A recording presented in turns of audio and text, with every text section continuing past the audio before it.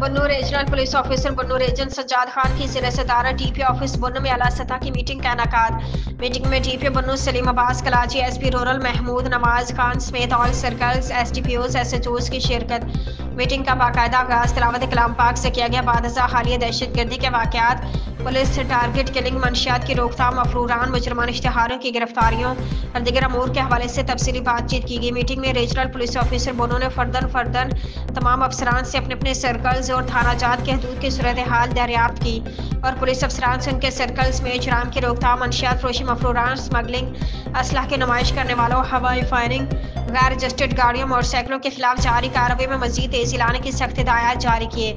जिला के बेहतरीन और काबिल पुलिस अफसरान की जिला निगरानी एक टीम तश्कील देकर कार्रवाइयाँ तेज की जाए।